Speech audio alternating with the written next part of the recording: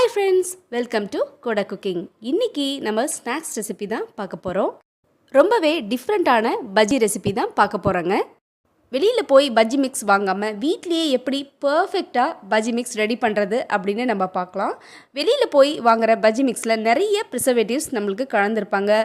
Added colours எல்லாமே இருக்கும். எதுவுமே இல்லாமல் வீட்லேயே ரொம்ப குவிக்காக தயார் பண்ணலாம் வீட்டில் இருக்க இன்க்ரீடியன்ட்ஸ் வச்சு. இது எப்படி செய்கிறதுன்னு பார்க்குறதுக்கு முன்னாடி நம்ம சேனலை ப்ளீஸ் சப்ஸ்கிரைப் பண்ணிடுங்க, பெல் பட்டனும் அழுத்திடுங்க. நம்ம ஊட்டி கொடைக்கானல் போனால் இந்த மிளகா பஜ்ஜி சாப்பிடாம கண்டிப்பாக வரமாட்டோம். அவ்வளோ டேஸ்ட்டாக இருக்கும். இந்த வீடியோ எண்டிங்கில் நிறைய வெரைட்டிஸ் ஆஃப் பஜ்ஜி செஞ்சு காமிச்சிருக்கேன். அதுக்கு முன்னாடி பஜ்ஜி மிக்ஸ் நம்ம குவிக்காக ரெடி பண்ணிடலாங்க. ஒரு பவுல் எடுத்துக்கலாம். இந்த கப் 250 கிராம்ஸ் இருக்குங்க. இதில் நம்ம ஒரு கப் கடலை மாவு சேர்த்துக்கலாம். உங்ககிட்ட இந்த மெஷரிங் கப் இல்லைன்னா கூட பரவாயில்ல, நீங்கள் நார்மல் கப்பில் இல்லை டம்ளரில் கூட நீங்கள் அளந்து எடுத்துக்கலாம். அதில் கால் கப் அரிசி மாவு வீட்டில் அரைச்சதாக இருந்தாலும் வெளியில் வாங்கினதாக இருந்தாலும் அதுலேயே நீங்கள் மெஷர் பண்ணலாம். 1/4 கப் சேர்த்துக்கோங்க. 1 ஸ்பூன் இஞ்சி பூண்டு பேஸ்ட் சேர்த்துக்கோங்க. சேர்த்துட்டு இதுக்கு தேவையான உப்பையும் இது கூட நம்ம சேர்த்துக்கலாம். 1 ஸ்பூனுக்கும் கம்மியான உப்பு தான் நான் சேர்த்துக்கிறேன்.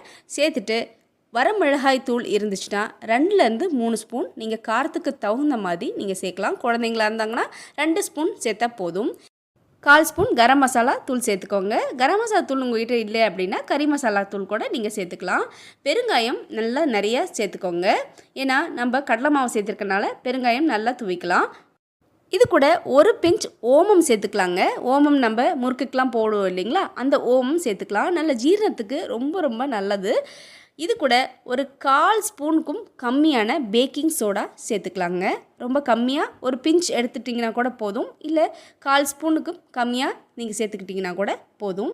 மஞ்சத்தூள் ஒரு 1/4 ஸ்பூன் சேர்த்துட்டு நல்லா மிக்ஸ் பண்ணி கொடுங்க. ஏன்னா நம்ம போட்ட மசாலா எல்லாமே நல்லா மிக்ஸ் ஆகி வரும். இது கூட 1 கப் தண்ணி சேர்த்துக்கலாம். எந்த கப்பில் நீங்கள் மெஷர் பண்ணுறீங்களோ, கடலை மாவு மெஷர் பண்ணுறீங்களோ அதே கப்பில் 1 கப் தண்ணி சேர்த்துக்கோங்க. உங்களுக்கு கரெக்டாக இருக்கும். நீங்கள் கடலை மாவு டம்ளரில் பவுலில் எதில் வேணாலும் நீங்கள் மிக்ஸ் பண்ணலாங்க. நீங்கள் எதில் மிக்ஸ் பண்ணலாலும் அதில் 1 கப் தண்ணி கரெக்டாக விட்டுட்டிங்கன்னா அதுவே உங்களுக்கு கரெக்டான மெஷர்மெண்ட்டாக உங்களுக்கு இருக்கும். நான் இந்த மெஷரிங் கப்பில் மெஷர் பண்ணனால இதுலேயே 1 டம்ளர் தண்ணி விட்டுட்டேன். பாருங்கள், கை வச்சு இப்படி பார்த்தா அந்த கையில் ஒட்டணும். இந்த மாதிரி பதத்துலேயும் இருக்கணும். இப்போ மிளகாவை நம்ம ரெடி பண்ணிடலாம். நீங்கள் மிளகாவை காம்பு எடுத்துகிட்டு லைட்டாக ஒரு கோடு மட்டும் போட்டுக்கோங்க.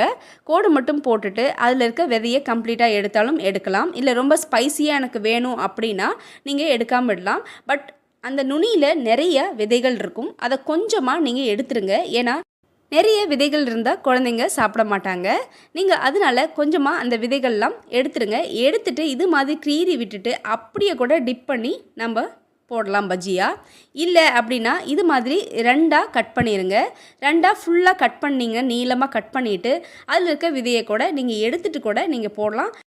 ஏன்னா அந்த மிளகாவே ரொம்ப ஸ்பைஸியாக தான் இருக்கும்.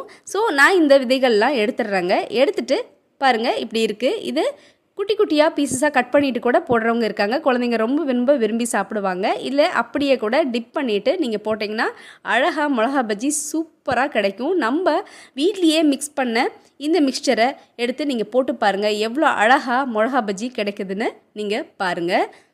எண்ணெய் நல்லா சூடாக இருக்கணுங்க. சூடானதுக்கப்புறம் நீங்கள் மிளகா பஜ்ஜியை போட்டு எடுங்க. நம்ம ஊட்டி கொடைக்கானல் போகிறப்போ கண்டிப்பாக இந்த மிளகா பஜ்ஜி சாப்பிடாமல் நம்ம வரவே மாட்டோம். என்ன தான் நம்ம வீட்டில் செஞ்சு சாப்பிட்டாலும் அங்கே போய் அந்த கூலிங் கிளைமேட்டில் சாப்பிட்றது அது ஒரு டேஸ்ட் அப்படின்னு சொல்லுவாங்க. பட் இப்போது நம்ம ஊர் கிளைமேட்டே ஊட்டி மாதிரி தான் அங்கே இருக்குது. அதனால கண்டிப்பாக நம்ம மிளகா பஜ்ஜி செஞ்சு சாப்பிட்லாம். நம்ம வெளியில் வாங்குகிற ரெடிமேட் மிக்ஸ் ரொம்ப சீக்கிரம் வேலை முடிஞ்சிருங்க. பட் அதில் இருக்க நிறைய ப்ரிசர்வேட்டிவ்ஸ், நிறைய தேவையில்லாத கலர், இது எல்லாமே உடம்புக்கு ரொம்ப கேடாக இருக்கும். இது மாதிரி ஹெல்த்தியாக செஞ்சு சாப்பிடுங்க. பாருங்கள், நானும் குட்டி குட்டியாக கட் பண்ணி போட்டிருக்கேன். இப்போ பிரெட் பஜ்ஜி இது மாதிரி முக்கோணமாக கட் பண்ணிவிட்டு அதையும் டிப் பண்ணி நம்ம போட்டு பார்க்கலாங்க. அவ்வளோ டேஸ்ட்டாக நல்லா மொறுன்னு குழந்தைங்களுக்கு ரொம்ப பிடிக்கும். பெரியவங்களும் ரொம்ப விரும்பி சாப்பிடுவாங்க. நல்லா சாஃப்டாக வெளியில் கிறிஸ்பியாகவும் உங்களுக்கு கிடைக்கும். பாருங்கள், நான் பீர்க்கங்காவும் வாழைக்காவும் இப்படி ரவுண்டாக கட் பண்ணி வச்சுருக்கேங்க. பீர்க்கங்காய் பஜ்ஜி உண்மையிலேயே ரொம்ப டேஸ்ட்டாக இருக்கும். வாழைக்காய் பஜ்ஜி உங்களுக்கு சொல்லவே வேண்டாம்.